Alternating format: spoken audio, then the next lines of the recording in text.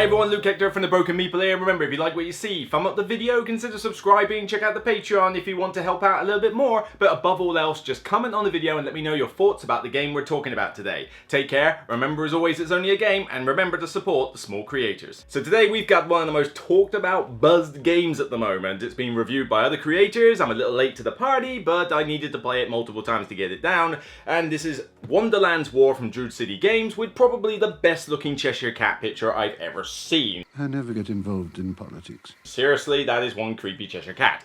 But this has been talked about a ton lately. It is a push-your-luck bag-building game in kind of a pseudo-likeness to Quedlinburg. The idea that you get chips with different abilities and different values, pop them in a bag and use them to, do what you need to do. In this case, you are battling over several regions in the realm of Wonderland with your leader, with your supporters, with some other Wonderlandian characters, but mainly your chips are your allies that you will draw out of the bag that will help you hopefully to win the combat or trigger other effects for your enjoyment.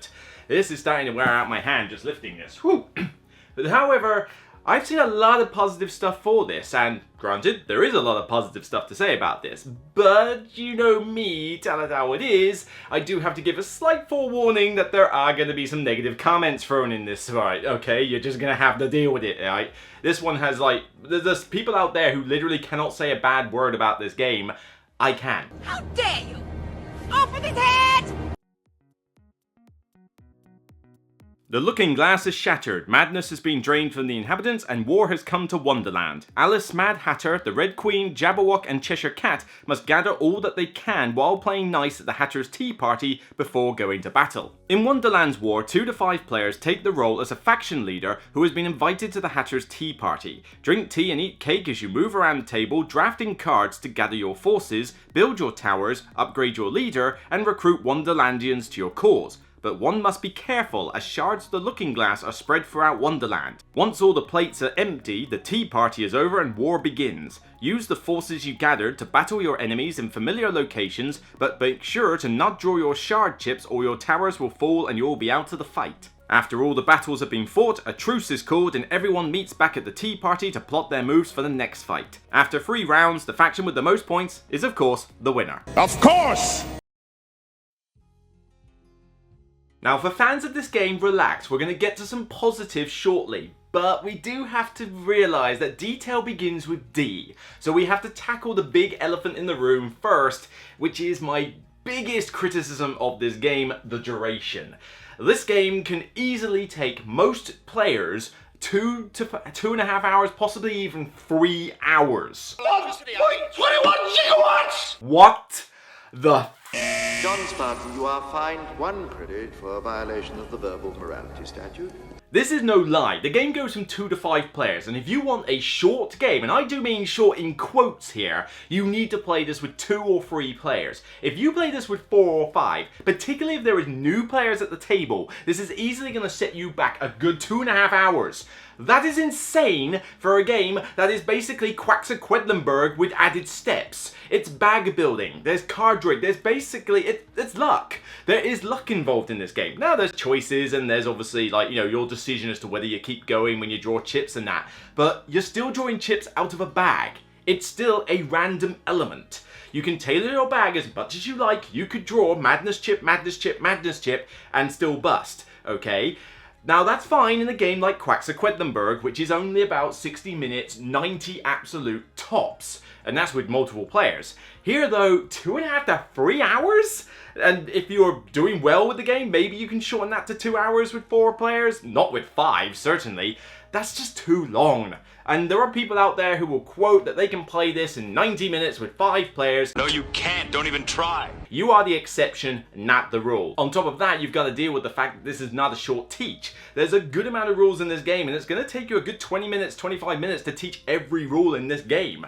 And then the setup and the takedown time, which is the one thing that the fans cannot deny, is long as well. There's a ton of cards to set up. There's all the chips. You've got to put the allied cards with the chips on them. Then you've got the leaders with their player boards, and they need so many supporters, so many like discs. Disc needs to go over here. They need to set up this and that. There's quite a fair bit that's going on in the setup alone. And then you got to take it all down at the end after all the cards are mixed up in different piles and everything is just littered around all over the place. It is no wonder that, well, no pun intended, no wonder that this takes a good 2+ hours to play, and that is just too long for me.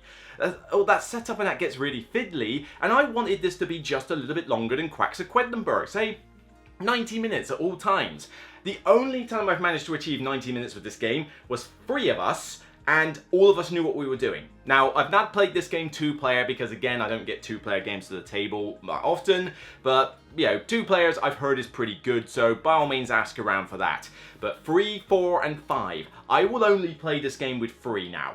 4, you could possibly convince me to play if everyone knows the game well and I feel like it. You could not pay me to play this with 5 again. I kid you not, throughout the games I was playing with 5 of us, I contemplated that it would be better use of my time to watch the Tim Burton Alice in Wonderland movie, and we know how much of a garbage fire that was. Wow!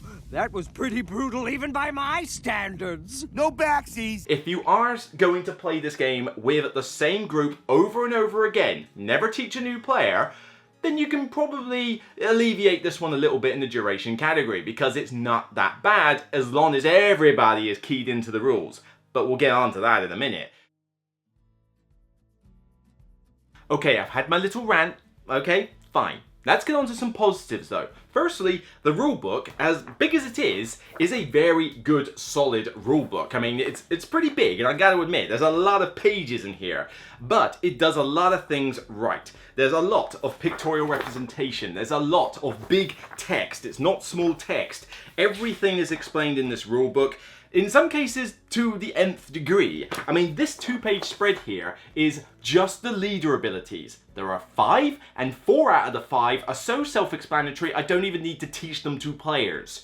That seems a little bit overkill, really. But you then go on to pages like this, where it's just a wall of text. And it's important stuff like timing, halting, madness chips and busting, shields and all that lot, and refreshing your bag.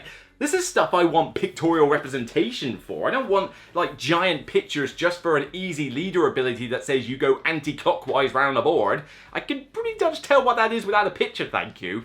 So it kind of seems like some of the focus was in the wrong places. Now, I do love the fact that this gives you battle examples. This is something that more things need to do. There are 2 separate double-page spreads going through entire battle examples. That is good. That is thumbs up for me. That is brilliant.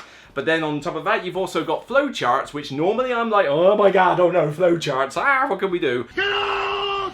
Get out of there! But actually, these flowcharts are pretty good. If you follow these flowcharts right throughout the battles and the Tea Party phase, you'll be in a good stead to be able to remind yourself, like as a memory jogger, how things are meant to work without having to reference the rulebook too much.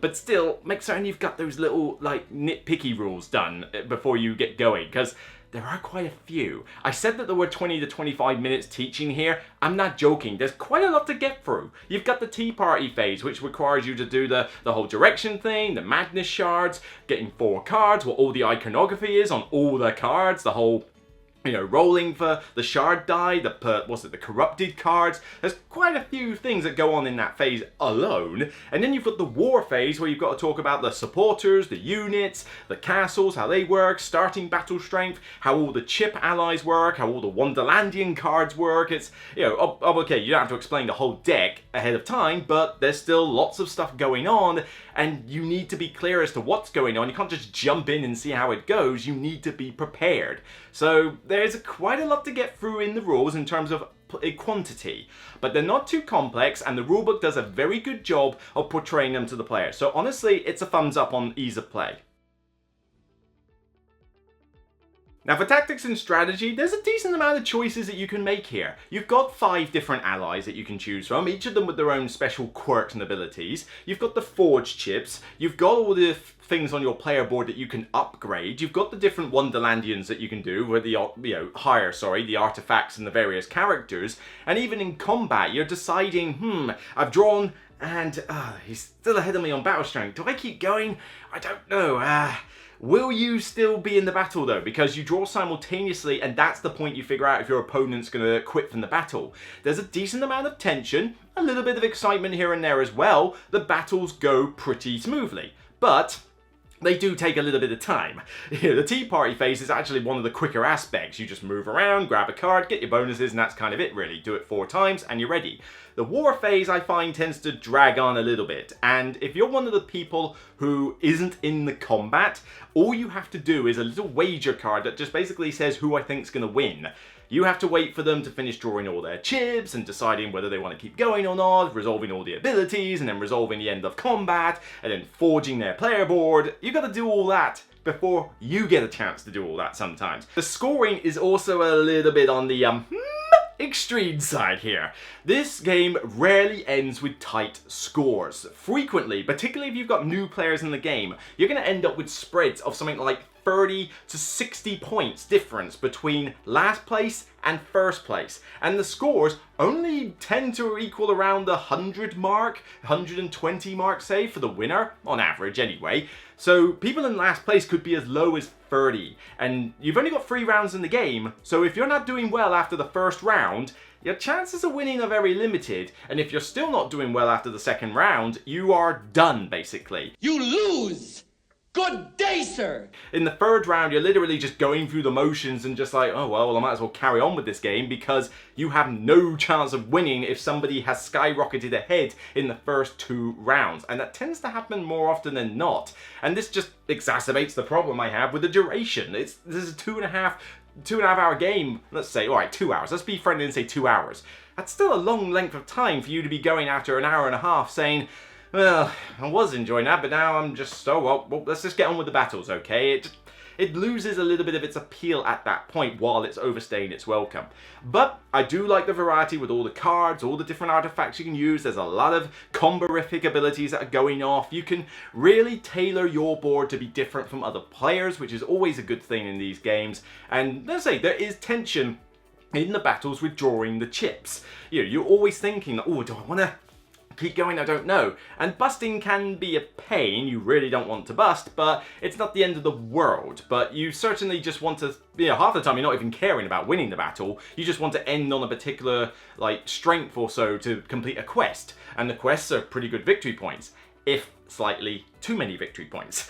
So those quests basically have 2 aspects. A, like, a complete on achievement one, and endgame objective. So 3 victory points each, 9 if you can get all 2, like both of them done. But you can draw quest cards a lot during the game, and if you draw one that you've already done, you've done it. You've got the points. It's the same problem that Takinoko actually has without using the variant rule, where you can just draw an objective and instantly score it. Here, it has the same problem. You probably want to house rule that you can't use the same, like, tokens or, like, requirements for one objective on another as well, because that just gets a little bit overpowered. One time I managed to draw 3 quests in the last round and I gained 27 points barely lifting a finger because they required the same thing on most of them. That felt a little bit cheesy on my part for winning the game that way, and that does come up more often than you think. Okay, I hope you're enjoying the video, and I'm sorry to break it up, but if I could just borrow a minute of your time. We all like a fully stocked shelf like this for the games, right? And if we see an empty shelf, it affects us in different ways. Okay, some more over the top than the others, but you don't have to get into that situation. That's because the new sponsor for this channel is KIENDA.co.uk. They've got the new hotness, some hidden gems, and even stock sleeve kings, which you would have heard me talk about a lot on my videos. They do discounts for really bold purchases, as well as free next day shipping if you spend £30 or more. And I'm going to give you the viewers a little bit of a nudge too. If you sign up for an account with their website and use the referral code to the side here, or the link in the description below, you'll be able to get a 5% discount on your first purchase over £60. So that's 5% off and free next day delivery on your first purchase of £60 or more across their website range. So don't fall into the trap of empty spaces, grab some games, save some money, and be proud of a fully stocked shelf. Thank you for listening, I really appreciate it, and now back to the content. Get on with it. Okay, we've had a pretty negative D. We've had a fairly positive E and a fairly positive T. Now we're going to please everybody by going hyper positive on the aesthetics for A. This game is wonderfully produced, and I'm not talking about the Kickstarter Deluxe version. I don't even know what the Deluxe version had in it, and I don't care really. Yes, it had miniatures. Again, I don't care. This is the retail box, and honestly, you should be content with that. This is overproduced, if anything. There is colour popping off everything on the table. The artwork is stellar. The standees for all the different Wonderlandian characters and your leaders have great artwork, and they have presents on the table. You've got like big chunky meeples, you've got very decent, decent quality chips. I mean, it's just cardboard, but again, decent quality chips. Honestly, there's a lot in this game that has to be praised for a retail box. Now, granted, it's not a cheap game. You're talking £50, £60 for this game, so you'd expect there to be a decent amount of quality.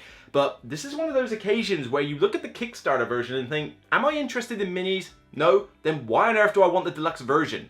Because honestly, I'd be totally content if I never saw a miniature in this game at all. The standees are great. The components for each player are great. The boards are great. The main board is great. It looks great. It evokes that Wonderlandian theme. It just is a stellar production. And for a retail box as well. Seriously, publishers, learn something from this. You good looking. You're hot. Now, in terms of immersion, this game does evoke the Wonderlandian theme pretty well. Everything is a little bit nuts, shall we say. Ah, yes, indeed. The tea. You must have a cup of tea. That would be very nice. The artwork goes a long way to doing that as well. The Alice on this looks far more interesting than the wooden version in the Tim Burton movie. There's been some debate about that. Everything on the board really does look like it came straight from an Alice in Wonderland novel. And so, if you are a fan of those books, you are, or even the Disney movie actually, yeah, forget the Tim Burton one, go watch the Disney movie. But there's plenty of little Easter eggs and stuff to make you feel nostalgic. They use the normal names, they use the character abilities fit the character, like the Red Queen's very good with her supporters and armies. Alice is a little bit quirky as to which direction she goes around the board. The Mad Hatter just like completely negates half the rules of the Tea Party whenever they feel like, and the Cheshire Cat doesn't mind if he gets a little bit mad. So they work very well. Now, if you're not a fan of the Wonderlandian books, you're probably going to lose a little bit of immersion from this game because there won't be that much else to suck you in other than the bag building mechanic. But honestly, if you're not getting this game for the fact that it's set in Wonderland, then you might as well just play Cracks of Quedlinburg, frankly. But this is definitely one that I think, for those who are like familiar with Alice in Wonderland or do like the movies, I mean, even if you do like the Tim Burton ones, but ideally, be a fan of Alice in Wonderland if you're going to pick this up. Otherwise, you might just lose a little bit of that enjoyment. And finally, longevity. Again, pretty good here. There's a lot of variety in what you can do. I mean, you've got 5 characters to pick from already, each one with a different special ability, and 4 different upgrades that they can do. That's already a pretty decent amount of variety just from the characters. Then you've got the Wonderlandian cards, a mixture of artifacts and a mixture of side characters, of which only 3 come out each round, or is it based by player count? I forget, but only so many come out each round, and I'm not the biggest fan of the artifacts, I must admit. I find that they're a little bit too situational, maybe not as cool, but the side characters are great. I love looking at these and going, ooh, right, I can have the, the white rabbit, or I can have the unicorn, or I can have the caterpillar, and do all this cool stuff, because they're there where you want them, and it's cool just saying that I've got these side characters in my army. You've got all the different allies that you can have, 5 different allies, of which there is an A, B, C, and D variant for each one. Remember Cascadia with the A, B, C, D thing that they use for all the different animals you can score? Same thing here. Start with A for a simple game, and then when you go to D, you get some crazy abilities. And honestly, I don't think you would want to play this with the C or D variants unless you are absolute fans and familiar with this game, like, from the get-go, because there's enough going on with abilities triggering in that from the A and B stuff without having to make it even more complex. But there's a decent amount going on. There's a lot of those cards in the Tea Party phase. They're going to come out in different orders. You're going to think, well, this game I'm focusing on these allies, this game I want to win a lot of battles, this time I'm just doing quests.